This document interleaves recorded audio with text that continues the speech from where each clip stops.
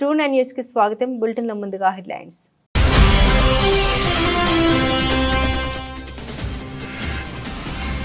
America గడ్డపై ప్రధాని మోదీ సంచలన ప్రకటన. అక్రమ వలసదారుల్ని వెనక్కి తీసుకురావడంపై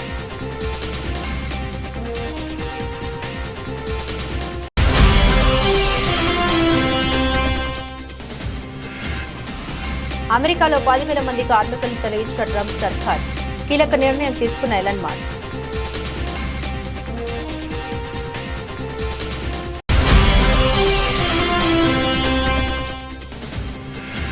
మహాకుంభమేళా మరో రికార్డ్, చరిత్ర తిరగరాస్తున్న త్రివేణి సంగమం.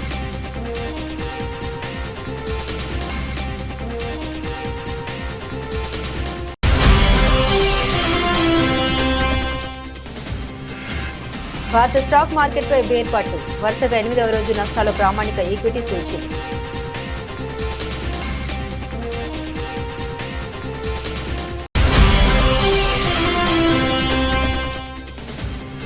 మహిళల ప్రీమియర్ లీగ్ 3వ సీజన్కు అదిరే ఆరంభం. అద్వితీయ ఆట తీరుతో ఆకట్టుకుంటున్న defending champion Royal Challengers Bengaluru. ప్రధాని నరేంద్ర మోదీ అమెరికాలో పర్యటించారు. ఈ సందర్భంగా ఆ దేశ అధ్యక్షుడు డొనాల్డ్ ట్రంప్తో భేటీ అయ్యారు. వీరి భేటీలో ఇరు దేశాలకు సంబంధించి పలు వాణిజ్య, రక్షణ రంగానికి చెందిన అంశాలపై చర్చ జరిగింది. రెండు దేశాల మధ్య వాణిజ్య లోటు భర్తీ చేసేలా అమెరికా నుండి మరింత చమురు గ్యాస్ కొనుగోలు చేసేలా రెండు దేశాల మధ్య ఒప్పందం కుదిరింది. భారత రక్షణ రంగాన్ని మరింత బలోపేతం చేసేలా అమెరికా నుండి మిలిటరీ ఉత్పత్తుల విక్రయాలను పెంచుతామని ట్రంప్ పేర్కొన్నారు. అయితే ట్రంప్ మోదీ మీడియా సమావేశంలో సంయుక్తంగా పాల్గొని మాట్లాడారు. ఈ సందర్భంగా అమెరికాలోని అక్రమ వలసదారుల పట్ల డొనాల్డ్ ట్రంప్ వ్యవహరిస్తున్న తీరుపై ప్రధాని మోదీ ప్రస్తావించారు. అమెరికా అధ్యక్షుడిగా డొనాల్డ్ ట్రంప్ రెండోసారి బాధ్యతలు చేపట్టిన నాటి నుండి సరైన పత్రాలు లేకుండా అమెరికాలో అక్రమంగా నివసిస్తున్న వలసదారులపై ఉక్కుపాదం మోపుతున్నారు. అక్రమ వలసదారుల్ని గుర్తించి వారి చేతులకు సంఖ్యలు, కాళ్లకు గొలుసులు వేసి ప్రత్యేక సైనిక విమానాల ద్వారా వారి దేశాలకు పంపిస్తున్నారు. ఈ క్రమంలో సరైన పత్రాలు లేకుండా అమెరికాలో అక్రమంగా నివసిస్తున్న 104 మంది భారతీయులను ప్రత్యేక విమానంలో అమెరికా నుండి పంపించి వేశారు. కొద్ది రోజుల క్రితమే ఆ విమానం అమృత్సర్కు చేరుకుంది. ఫిబ్రవరి 15న అక్రమ వలసదారులతో కూడిన మరో అమెరికా సైనిక విమానం అమృత్సర్కు రాబోతున్నట్లు సమాచారం. అమెరికా లేఖల ప్రకారం చట్టపరమైన పత్రాలు లేకుండా దాదాపు 18,000 మంది భారతీయులు అమెరికాలో నివసిస్తున్నారు. వారందరినీ తిరిగి ఇండియాకు పంపించేలా ట్రంప్ ప్రభుత్వం చర్యలు చేపట్టింది. ఈ అంశంపై అమెరికాలో పర్యటిస్తున్న ప్రధాని నరేంద్ర మోదీ మీడియా ముందు ప్రస్తావించారు. ఒక దేశంలోకి చట్టవిరుద్ధంగా ప్రవేశించిన వారికి అక్కడ నివసించే హక్కు లేదని ప్రధాని నరేంద్ర మోదీ అన్నారు. చట్టవిరుద్ధంగా అమెరికాలో నివసిస్తున్న భారతీయుల్ని స్వదేశానికి తీసుకొస్తామని తెలిపారు. అమెరికాలో అక్రమంగా నివసిస్తున్న భారతీయులను స్వదేశానికి తీసుకొస్తాం. మానవ అక్రమ రవాణాను అడ్డుకోవడానికి ప్రయత్నాలు జరగాల్సి ఉంది. ఒక దేశంలోకి చట్టవిరుద్ధంగా ప్రవేశించిన వారికి అక్కడ నివసించే హక్కు ఉండదు. ఈ విధానం ప్రపంచం అంతటికీ వర్తిస్తుందని మోదీ పేర్కొన్నారు. డబ్బు, ఉద్యోగాలు ఆశ చూపి కొంతమంది యువత పేదరికంలో ఉన్న వారిని మోసం చేస్తున్నారు. అలా వారు అక్రమ వలసదారులుగా మారుతున్నారు. వారికి తెలియకుండానే మానవ అక్రమ రవాణా కూపంలోకి వెళ్తున్నారని మోదీ అన్నారు. అలాంటి వాటిని సమూలంగా నిర్మించాల్సిన అవసరం ఉంది. ఈ ప్రయత్నాలు భారత్కు ట్రంప్ పూర్తి సహకారం అందిస్తారని ఆశిస్తున్నామని మోదీ పేర్కొన్నారు. అమెరికాలో ఉద్యోగాల కోత మొదలైంది. ప్రభుత్వ ఖర్చుల్ని తగ్గించుకోవడంలో భాగంగా అధ్యక్షుడు డొనాల్డ్ ట్రంప్, ఆయన సలహాదారు డోజ్ చీఫ్ ఎలన్ మస్క్ నిర్దాక్షిణ్యంగా వ్యవహరిస్తున్నారు. ఇప్పటికే 75,000 మందికి స్వచ్ఛందంగా ఉద్యోగ విరమణ చేయాలని ఆదేశాలు జారీ చేసిన ట్రంప్ సర్కార్ తాజాగా వివిధ ఏజెన్సీల్లో పనిచేస్తున్న 9,500 మందికి పైగా కార్మికులపై వేటు వేసింది. తొలగింపులకు గురైన వారిలో ఫెడరల్ భూముల వ్యవహారాలు చేసే కార్మికులు, మిలిటరీ ప్రముఖుల కేర్ పనులు చేసే ఉద్యోగులు ఉన్నారు. అదేవిధంగా ఇంటీరియర్ డిపార్ట్మెంట్లో ఎనర్జీ, వెటరన్స్ అఫైర్స్, వ్యవసాయం, హెల్త్ అండ్ హ్యూమన్ సర్వీసెస్ ఉద్యోగులు ఉన్నట్టు తెలుస్తుంది. కాగా ఫెడరల్ ఏజెన్సీలన్నింటినీ అమెరికా వదిలించుకోవాల్సిన సమయం వచ్చేసిందని ఇప్పటికే ఎలన్ మస్క్ ప్రకటించారు. ప్రభుత్వ పనితీరును సమూలంగా పునర్వ్యవస్థీకరించడంలో భాగంగా ఈ చర్య తప్పదని స్పష్టం చేశారు. వృధా ఖర్చుల తగ్గింపు, సామర్థ్య పెంపు కోసం ఏజెన్సీల సామూహిక మూసివేతలు తప్పవన్నారు. ఇందులో భాగంగా ఫెడరల్ వర్క్స్ ఫోర్స్ లో పరిమాణాన్ని తగ్గించేందుకు ప్రొబేషనరీ ఏడాది కంటే తక్కువ అనుభవం ఉన్న ఉద్యోగులను తొలగించాలని మస్క్ ఆదేశాలు జారీ చేశారు. అన్ని విభాగాల్లో ప్రొబేషనరీ ఉద్యోగులను తొలగించాలని ఏజెన్సీలకు స్పష్టం చేశారు. అయితే ఉద్యోగాల కోతలు విధించే వాటిలో law enforcement, national security, immigration విభాగాలకు ఎగ్జిక్యూటివ్ ఆర్డర్లో మినహాయింపు ఇచ్చారు. పోస్టల్ సేవలు మినహాయించి అమెరికాలో దాదాపు 23 లక్షల మంది ప్రభుత్వ ఉద్యోగులు ఉన్నారు. వీరంతా వివిధ ఏజెన్సీలో పనిచేస్తున్నారు. ఫెడరల్ శ్రామిక శక్తిలో భద్రతా సంబంధిత ఏజెన్సీలు ఎక్కువగా భాగాన్ని కలిగి ఉన్నాయి. కానీ అమెరికా వ్యాప్తంగా లక్షలాది మంది ప్రజలు మాజీ సైనికుల ఆరోగ్య సంరక్షణను, వ్యవసాయాన్ని పర్యవేక్షించడం, ప్రభుత్వ బిల్లులు చెల్లించడం వంటి ఇతర ఉద్యోగాల్లో పనిచేస్తున్నారు. అమెరికాలో ప్రభుత్వ ఉద్యోగుల సంఖ్యను తగ్గించేందుకు ఇప్పటికే ట్రంప్ బయౌట్ ప్యాకేజీతో ఆఫర్ ప్రకటించారు.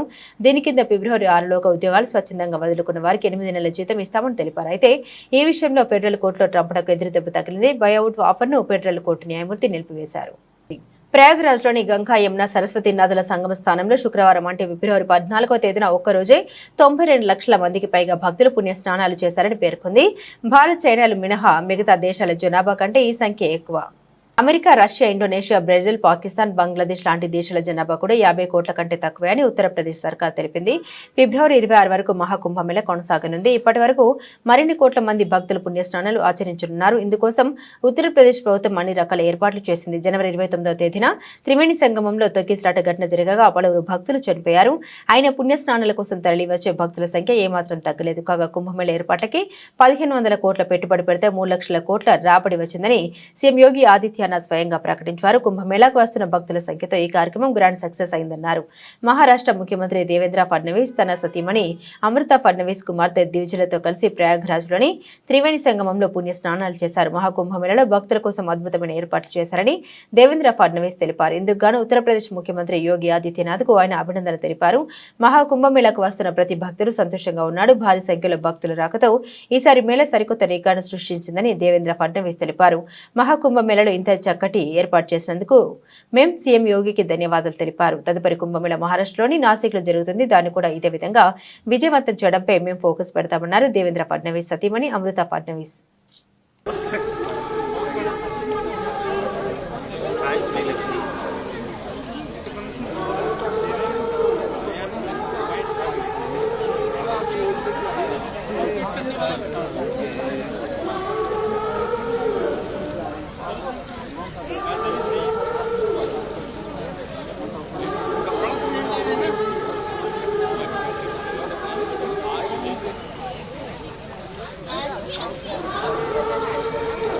దెందులూరు టీడీపీ ఎమ్మెల్యే చింతమనేని ప్రభాకర్ పై ముఖ్యమంత్రి నారా చంద్రబాబు నాయుడు తీవ్ర అసహనాన్ని వ్యక్తం చేశారు. చింతమనేని దుర్భాషల వీడియో ఒకటి సోషల్ మీడియాకి ఎక్కడంతో చంద్రబాబు ఆగ్రహం వ్యక్తం చేశారు. మనం అధికారంలో ఉన్నామని ఇలా సహనం కోల్పోయి వ్యవహరించడం తగదని హితో పలికారు. భవిష్యత్తులో ఇలాంటివి జరగకుండా చూసుకోవాలని తెలిపారు. ఇంతకీ ఏం జరిగిందంటే ఓ వివాహ కార్యక్రమానికి వెళ్లిన చింతమనేని కారుకు మాజీ ఎమ్మెల్యే అభయ చౌదరి కారు అడ్డుగా ఉండడం వివాదానికి దారితీసింది. ఈ గొడవ గురించి చంద్రబాబుకు వివరించేందుకు చింతమనేని నిన్న మంగళగిరిలోని టీడీపీ కార్యాలయానికి వెళ్లారు. వైసీపీ నేతలు కావాలని రెచ్చగొట్టేలా ప్రవర్తించారు. ఆయన చంద్రబాబుకు ఫిర్యాదు చేశారు. ఈ నేపథ్యంలో చంద్రబాబు ఇలా స్పందించారు. నిన్న గన్నవరం మాజీ శాసనసభ్యుడు వంశీ గారిని అరెస్ట్ చేస్తే వైఎస్ఆర్ పార్టీ వాళ్ళు అక్రమంగా వంశీ ఏ తప్పు చేయలేదు, కావాలనే కక్ష సాధింపు చర్యలో భాగంగా వంశీని అరెస్ట్ చేశారు అని మాట్లాడుతున్నారు. అంటే వంశీ ఏ తప్పు చేయకోకుండానే తెలుగుదేశం పార్టీ గన్నవరం కార్యాలయం తగలబడిందా, ధ్వంసమైందా, లేదంటే మాకు మేమే పెట్టుకుని వంశీ మీద నెట్టడం జరిగిందా? ఈ విషయాలన్నీ ఆ రోజున మీరు అధికారంలో ఉన్నప్పుడు మీ అధికారాన్ని అడ్డం పెట్టుకుని తప్పించుకోవడానికి ప్రయత్నం చేశారు. మీకు అలవాటు, ముఖ్యంగా వైఎస్ఆర్ పార్టీ నాయకులకి, కార్యకర్తలకి, వాళ్ళ మాజీ శాసనసభ్యులకి, ఇప్పుడున్న శాసనసభ్యులకి, ఇప్పుడున్నటువంటి రాష్ట్ర అధ్యక్షుడికి ఆయన స్కూల్లో నేర్చుకున్నటువంటి విద్యలే ఇవన్నీ. మీకు అక్రమ కేసులు పెట్టడం, ప్రతిపక్ష పార్టీ వాళ్ళని హౌస్ అరెస్ట్ చేయటం, బయటికి రానికపోవటం, అవసరమైతే ఎన్కౌంటర్ చేస్తాను అని చెప్పి చింతపల్లి ఫారెస్ట్లోకి తీసుకెళ్ళటం, ఇలా బెదిరించటం, కొంతమందిని భూమి మీద లేకుండా చేయటం మీకు సాధ్యపడింది. మా మాజీ స్పీకర్ కోడెల శివప్రసాద్ గారు ఆత్మహత్య చేసుకునేలాగా ఆయన్ని ప్రేరేపించింది మీరు కదా. ఆ పరిస్థితికి ఆయన రావడానికి, ఆయన భూమి మీద లేకపోవటానికి కారణం మీ వైఎస్ఆర్ పార్టీ, జగన్మోహన్ రెడ్డి ప్రభుత్వం కాదా అని అడుగుతున్నాం. ఆ రోజున మాకు జరిగితే ఒకటి, ఈ రోజున చేసిన నేరానికి, చేసినటువంటి తప్పుకి ఈ రోజున వంశీని పెట్టారు. రేపొద్దున కొడాల నానిని పెడతారు, ఎల్లుండి ఇంకొకరిని పెడతారు, అవటాల నుండి ఇంకొకరిని పెడతారు. ఈ చట్టాన్ని అమలు చేసే క్రమంలో కొద్దిగా టైం డిలే కావచ్చేమో, కానీ నేరం చేసిన వాడు చట్టం ముందు తప్పించుకోవటానికి వీల్లేదు. ప్రతి వాడిని తీసుకుని వచ్చి వాళ్ళు చేసినటువంటి నేరాల్ని రుజువు చేసి కటకటాల పంపటం జరుగుతుందని చెప్పి కూడా ఈ సందర్భంగా మీ అందరికి కూడా తెలియజేస్తా ఉన్నాం. నిన్నేదో పెద్ద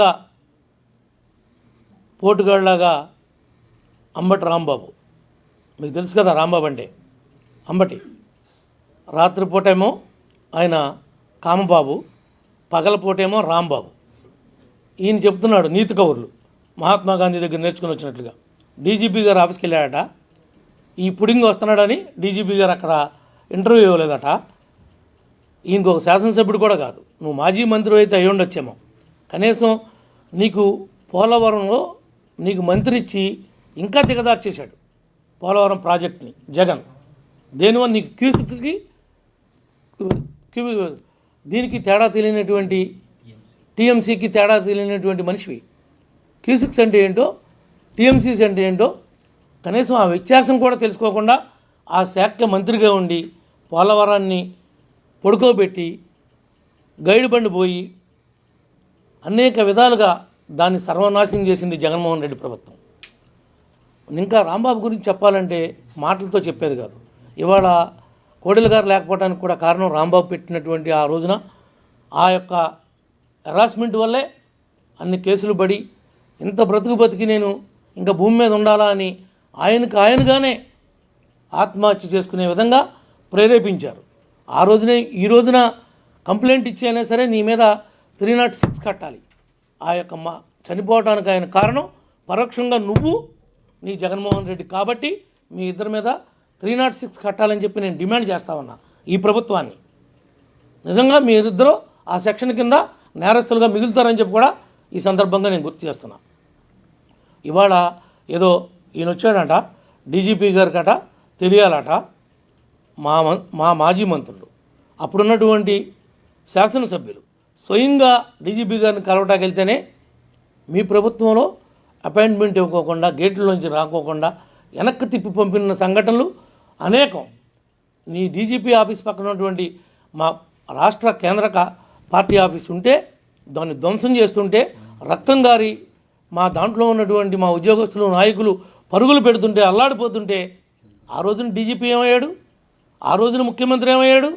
యాదాద్రి భువనగిరి జిల్లా ఖమ్మంలో జరిగే బీసీ రౌండ్ టేబుల్ సమావేశానికి పర్యటక వెళ్తున్న ఎమ్మెల్సీ కవితకు చౌటుప్పల్ పట్టణ కేంద్రంలో మునుగోడు నియోజకవర్గ ఇన్ఛార్జ్ కూసుకుంట్ల ప్రభాకర్ రెడ్డి ఆధ్వర్యంలో ఘన స్వాగతం పలికారు బీఆర్ఎస్ పార్టీ కార్యకర్తలు. అనంతరం కవిత మీడియాతో మాట్లాడారు. నేడు ఖమ్మం జిల్లాలో జరుగుతున్న బీసీ రౌండ్ టేబుల్ సమావేశానికి వెళ్తున్నాను. మునుగోడు నియోజకవర్గం ఘన స్వాగతం పలికారు. మునుగోడు నియోజకవర్గంలో రాజగోపాల్ రెడ్డి అధికారంలో ఉన్నారు. ఈ ప్రాంత ట్రిబుల్ ఆర్ రైతులు చాలా ఇబ్బందులు పడుతున్నారు. ట్రిబుల్ ఆర్ రైతులకు గతంలో ముఖ్యమంత్రి రేవంత్ రెడ్డి అండగా ఉంటారని తెలిపారు. ఈరోజు ఖమ్మం జిల్లాలో జరుగుతున్నటువంటి బీసీ రౌండ్ టేబుల్ సమావేశానికి హాజరవడానికి వెళ్తూ మార్గం మధ్యలో మరి మునుగోడు నియోజకవర్గంలో చౌటుప్పల్ మండలంలో మా నాయకులను అందరినీ కూడా కలవడానికి ఆగడం జరిగింది. ఇక్కడ మునుగోడు మండలంలో మరి కాంగ్రెస్ పార్టీ నుండి రాజగోపాల్ రెడ్డి గారు అధికారంలో ఉన్నారు, వారు ఎమ్మెల్యేగా ఉన్నారు. ఇక్కడ ముఖ్యమంత్రి గారు ఆనాడు వచ్చి ట్రిపుల్ ఆర్ సమస్యనే లేకుండా చేస్తా, నేను మమ్మల్ని గెలిపించండి, మేము ఎటువంటి ఇబ్బంది లేకుండా ట్రిపుల్ ఆర్ని మీ గ్రామాల నుంచి వెళ్లకుండా చేస్తామని చెప్పిండ్రు. కానీ గెలిచి 14 నెలలు అవుతున్న ట్రిపుల్ ఆర్ కి సంబంధించినటువంటి బాధితులకు ఎవరికైతే ముఖ్యమంత్రి గారు మాట ఇచ్చారో ఇంతవరకు వాళ్ళు 2000 మంది పైచిలుకుతో కలెక్టరేట్ ముట్టడి చేసినా కూడా కనీసం వాళ్ళని పిలవడం కానీ మాట్లాడడం కానీ చేయకపోవడం అన్నది దారుణం. మీరు ఇచ్చినటువంటి మాటకు నిలబడి గౌరవ ముఖ్యమంత్రి గారు తక్షణమే ట్రిపుల్ ఆర్ బాధితులను పిలిపించుకొని మాట్లాడి వారి సమస్య పరిష్కరించవలసిందిగా నేను డిమాండ్ చేస్తా ఉన్నాను. రాజగోపాల్ రెడ్డి గారు ఈ విషయంలో చొరవ తీసుకోవాలని కూడా మేము డిమాండ్ చేస్తా ఉన్నాం. మరి మునుగోడులో ఉన్నటువంటి అందరికీ కూడా విజ్ఞప్తి చేసేది ఒకటే, తెలంగాణ రాష్ట్రం తెచ్చుకున్నదే, అందరూ బాగుండాలి, అందరం కూడా చక్కగా ఉండాలనే విషయంలోనే. కాబట్టి ఇవాళ బీఆర్ఎస్ పార్టీ మీ అందరి పక్షాన కూడా నిలబడి పోరాటం చేస్తా ఉన్నది. Thank you. జై తెలంగాణ. జనగామ జిల్లా పాలకుర్తి మండలంలోని బస్టాండ్ ఆవరణంలో గురువారం రోజున 2 వ్యక్తులు అనుమానాస్పదంగా తిరుగుతూ ఉండడంతో వారి వద్ద ఉన్న బ్యాగులను తనిఖీ చేయడంతో గంజాయి దొరికినట్లు వారు పారిపోతుండగా పట్టుకుని పోలీస్ స్టేషన్ కు తరలించినట్లు పాలకుర్తి సీఐ గట్ల మహేందర్ రెడ్డి గురువారం ఏర్పాటు చేసిన విలేకరుల సమావేశంలో తెలిపారు. వారిని విచారించగా నిషేధిత గంజాయిని రవాణా చేస్తున్నట్లు అంగీకరించారని మహారాష్ట్రలోని తానే జిల్లా నవై ముంబై రబేలకు చెందిన ఆశిష్ రామ్ నాయక్ యాదవ్, రాహుల్ రామ్ లఖన్ తివారీ ఇద్దరిని అరెస్టు చేసి ఈ రోజు రిమాండ్కు తరలించినట్టు తెలిపారు. వీరిద్దరూ నవీన్ ముంబైలోని మోతిటెక్ అనే ప్రైవేట్ కంపెనీలో పనిచేస్తుండగా ఎక్కువ డబ్బు సంపాదించాలని అత్యాశతో మహారాష్ట్రలోని థానే జిల్లా నవీ ముంబై రబేలకు చెందిన ఆశిష్ రామ్ నాయక్ యాదవ్, రాహుల్ రామ్ లఖన్ తివారీ ఇద్దరిని అరెస్టు చేసి ఈ రోజు రిమాండ్కు తరలించినట్టు తెలిపారు. వీరిద్దరూ నవీన్ ముంబైలోని మోతిటెక్ అనే ప్రైవేట్ కంపెనీలో పనిచేస్తుండగా ఎక్కువ డబ్బు సంపాదించాలని అత్యాశతో ఒరిస్సా రాష్ట్రంలోని భువనేశ్వర్కు వెళ్లి 1.80 లక్షల విలువ గల 31.7 కిలోల 16 గంజాయి ప్యాకెట్లు కొనుక్కుని రైల్లో ముంబైకి తిరిగి వస్తున్న క్రమంలో వరంగల్ పోలీసులు రైళ్ల తనిఖీలు చేస్తుండగా వారు గమనించి ట్రైన్ దిగి నేరుగా వరంగల్ బస్టాండ్కి వెళ్లి బస్సు ఎక్కి పాలకుర్తికి వచ్చినట్టు తెలిపారు. వారి వద్ద 31.7 కిలోల గంజాయి, 2 మొబైల్ ఫోన్లను స్వాధీనం చేసుకున్నట్టు తెలిపారు. పోలీస్ స్టేషన్ పరిధిలో నమ్మదగిన సమాచారం మేరకు పాలకుర్తి ఎస్ఐ పవన్ కుమార్ తన సిబ్బందితో పాలకుర్తి బస్టాండ్లో ఇద్దరు వ్యక్తులు అనుమానాస్పదంగా కనబడుతున్నారు అనే సమాచారం మేరకు SI Pavan Palakurthi police station నుండి తన సిబ్బందితో మరియు పంచులతో బయలుదేరి పాలకుర్తి బస్టాండ్కి వెళ్ళి అనుమానాస్పదంగా ఉన్న ఇద్దరు వ్యక్తులను విచారించి వారి వద్ద నుంచి 31 కిలో 700 గ్రాముల దగ్గర 32 కిలోల గాంజాను వారి వద్ద నుంచి సీజ్ చేయడం జరిగింది. ఆ ఇద్దరు వ్యక్తుల పేర్లు ఆశిష్ రామ్ నాయక్ యాదవ్ అలియాస్ పాండ్య, అదేవిధంగా రెండో వ్యక్తి పేరు రామ్ లఖన్ తివారీ అలియాస్ రాహుల్ రామ్ లఖన్ తివారీ అలియాస్ పాండ్య. వీళ్ళిద్దరు మహారాష్ట్రకు చెందిన నవీ ముంబైలోని థానే డిస్టిక్ చెందినవారు. రెబెలి అనే ప్రాంతంలో ఒక ప్రైవేట్ కంపెనీలో రోజువారీ కూలీ పనులు చేస్తూ ఉంటారు. ఈ క్రమంలో వారు జలసరకు అలవాటు పడి సులువుగా డబ్బులు సంపాదించాలనే ఉద్దేశంతో వారితో పాటు పనిచేసే అన్ను అనే వ్యక్తి గాంజా సప్లై చేస్తున్నాడని తెలుసుకొని అతను భువనేశ్వర్ సిటీ ఒడిశా రాష్ట్రంకి వెళ్ళి అక్కడ అతని దగ్గర ఒక 16 ప్యాకెట్ల గాంజాను, అందాజా 32 కిలోల గాంజాను తీసుకొని వాళ్ళు ట్రైన్లో వస్తూ ట్రైన్ మార్గంలో వెళ్తే పోలీసులకు దొరుకుతారని మళ్ళీ వారు బస్సు మార్గం ద్వారా హైదరాబాద్కి వెళ్దామని పాలకుర్తి బస్ స్టాండ్లో వాళ్ళు వెయిట్ చేస్తున్నప్పుడు పట్టుకోవడం జరిగింది. ఈ కేసులో టోటల్ గాంజా యొక్క విలువ అందాజా 7,92,000 ఉంటుంది. ముఖ్యంగా ప్రజలందరికీ ఒకటే విజ్ఞప్తి, మీ గ్రామంలో కానీ మీ మండలంలో కానీ ఎవరైనా గాంజాకు అలవాటు పడ్డట్టయితే వారి సమాచారం మాకు ఇచ్చినట్టయితే వారికి గాంజా సప్లై చేస్తున్న వాళ్ళు కానీ గాంజాను ఎవరైనా స్టోర్ చేసి రకరకాల మార్గాల ద్వారా ఎవరైతే దాన్ని సప్లై చేస్తున్నారో వారిపైన చర్య తీసుకోవడం జరుగుతుంది. సో ఈ కేసులో వారిని పట్టుకోవడంలో, నేరస్తులను పట్టుకోవడంలో ప్రతిభ చూపిన పాలకుర్తి ఎస్ఐ పవన్ మరియు అతని సిబ్బంది రాజ్ కుమార్, మనోజ్ మరియు ప్రొఫెషనల్ ఎస్ఐ రాజేందర్, అదేవిధంగా ఇతర సిబ్బందిని మా డీసీపీ వెజ్జోన్ సార్, శ్రీ రాజమహేంద్ర నాయక్ సార్ వారికి రివార్డ్స్ అందజేస్తామని వారికి చెప్పి వారి యొక్క ప్రతిభను ప్రశంసించడం జరిగింది. కాబట్టి ప్రజలు ఎవరైనా గాంజాకు అలవాటు పడ్డ వారి యొక్క సమాచారం ఉంటే మాకు తెలియజేయాలి. Thank you. తెలుగుదేశానికి పార్టీ వ్యవస్థాపక రోజు నుండి నేటి వరకు వెన్నెముకగా నిలిచిన బీసీల అభ్యున్నతి కోసం అధికారంలోకి వచ్చిన కూటమి ప్రభుత్వం ప్రత్యేక చర్యలు తీసుకోవడం జరుగుతుందని సీఎం చంద్రబాబు తెలిపారు. బీసీల అభివృద్ధి, సామాజిక న్యాయంలో భాగంగా ముఖ్యమంత్రి చంద్రబాబు నాయుడు వెలగపూడి సచివాలయంలో బీసీ సంక్షేమ శాఖపై సమీక్ష నిర్వహించారు. ఈ సమీక్షలో ఉన్నతాధికారులు పలు అంశాలను ముఖ్యమంత్రి దృష్టికి తీసుకొచ్చారు. రాష్ట్రంలో వెనుకబడిన ఉన్న బీసీల అభివృద్ధి సాధించడంతో పాటు ఆర్థికంగా బలపడే విధంగా ప్రభుత్వం నుండి వివిధ సంక్షేమ పథకాలు అందించే విధంగా చర్యలు తీసుకోవాలని అధికారులకు ముఖ్యమంత్రి ఆదేశాలు జారీ చేశారు.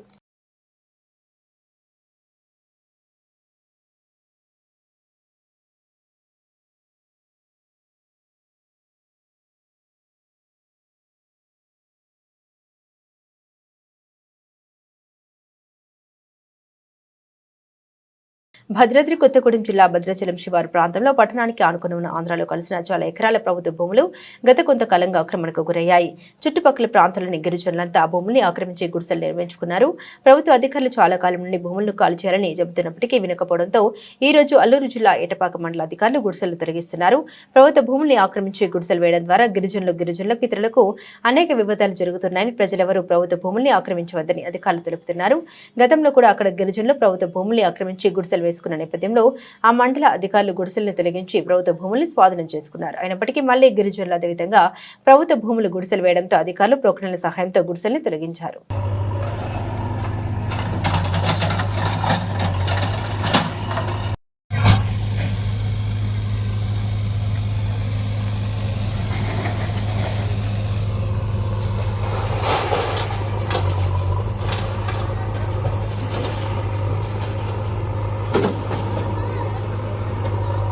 ఒక్కసారి అంటే నమ్మి ఐదేళ్లు అధికారం ఇచ్చిన ప్రజలకు వైసీపీ అధినేత జగన్మోహన్ రెడ్డి నరకం చూపెట్టారని విద్యుత్ శాఖ మంత్రి గొట్టిపాటి రవికుమార్ విమర్శించారు. అద్దంకి నియోజకవర్గ పరిధిలోని కొర్షపాడు మండలంలో గుండ్లకమ్మ ప్రాజెక్టు ముంపుకు గురైన ఎర్రబాలెం గ్రామంలో మంత్రి గొట్టిపాటి శుక్రవారం పర్యటించారు. కూటమి ప్రభుత్వం ఏర్పడిన తర్వాత యుద్ధ ప్రాతిపదికన 20 లక్షల వ్యయంతో నూతనంగా నిర్మించిన సీసీ రోడ్లు, సైడ్ డ్రైన్లను ఈ సందర్భంగా మంత్రి ప్రారంభించారు. అద్దంకి నియోజకవర్గ పరిధిలోని 7 ముంపు గ్రామాల ప్రజలతో సమావేశమై వారి సమస్యలను అడిగి తెలుసుకున్నారు. గుండ్లకమ్మ ముంపు గ్రామంలో రోడ్లు, త్రాగునీరు, పాఠశాలలు, దేవాలయాల నిర్మాణంతో పాటు ఇతర మౌలిక సదుపాయాలను వెంటనే కల్పించాలని సంబంధిత అధికారులకు ఆయన ఆదేశాలు జారీ చేశారు.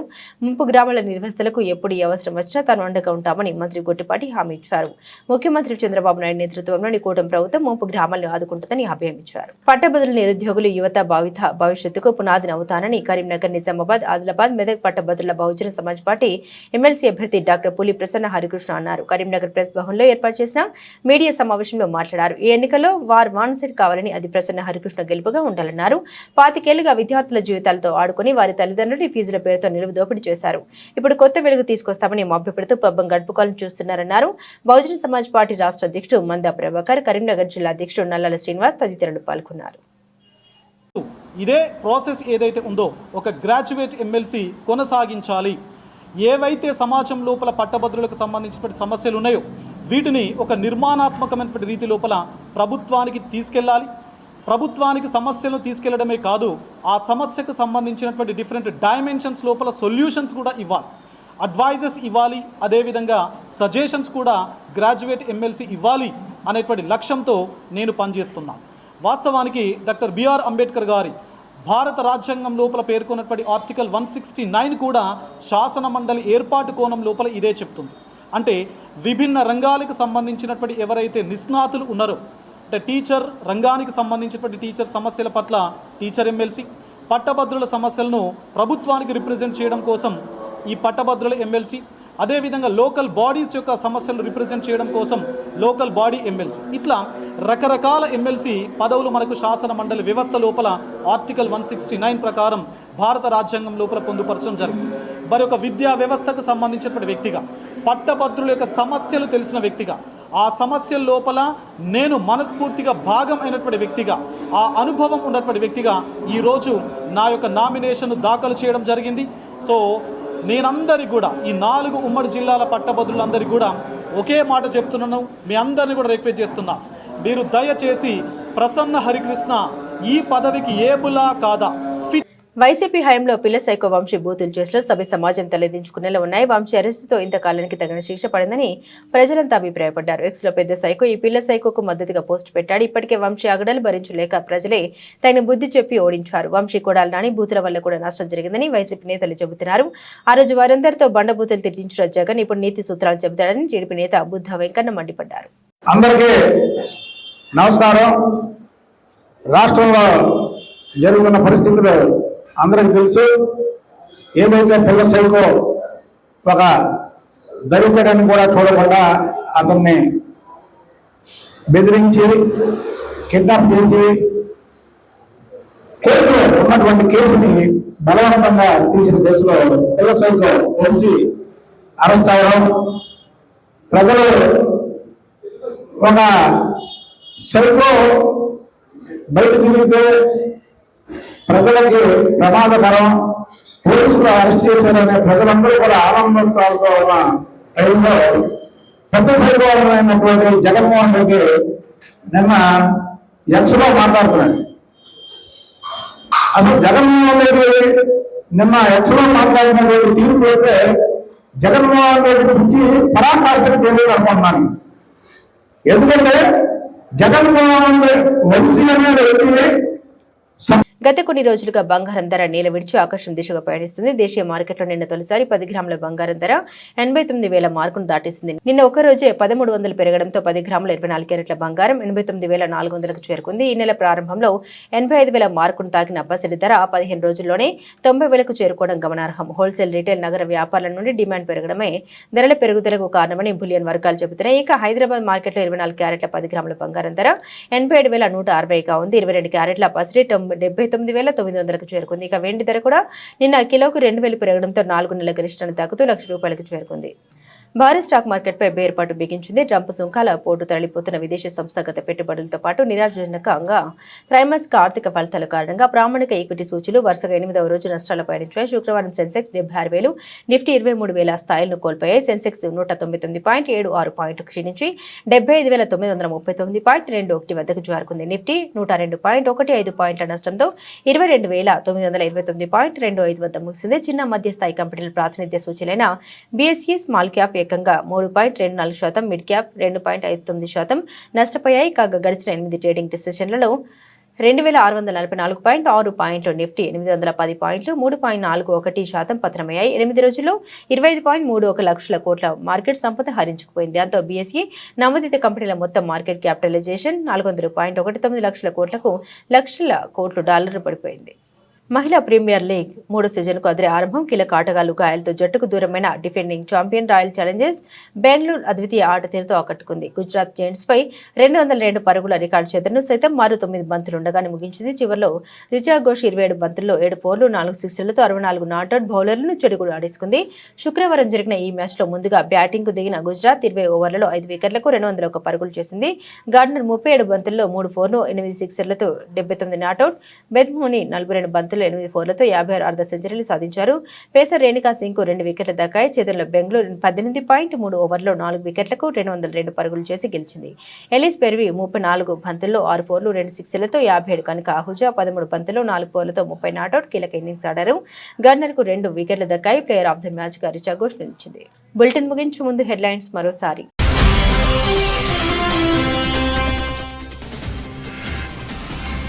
అమెరికా గడ్డపై ప్రధాని మోదీ సంచలన ప్రకటన, అక్రమ వలసదారుల్ని వెనక్కి తీసుకురావడంపై.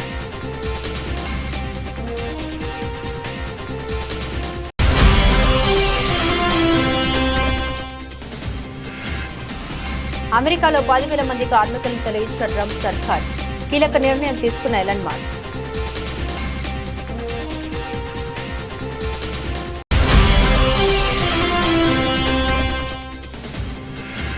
మహాకుంభమేళ మరో రికార్డ్, చరిత్ర తిరగరాస్తున్న త్రివేణి సంగమం.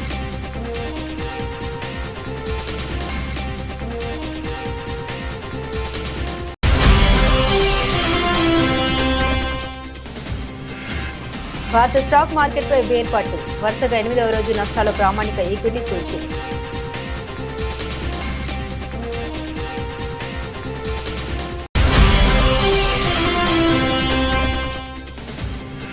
మహిళల ప్రీమియర్ లీగ్ 3వ సీజన్కు అదిరే ఆరంభం.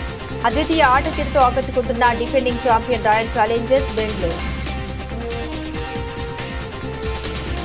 ఇవి బులెటిన్లోని విశేషాలు. తిరిగి మరో బులెటిన్తో మళ్ళీ కలుసుకుందాం. సెలవు.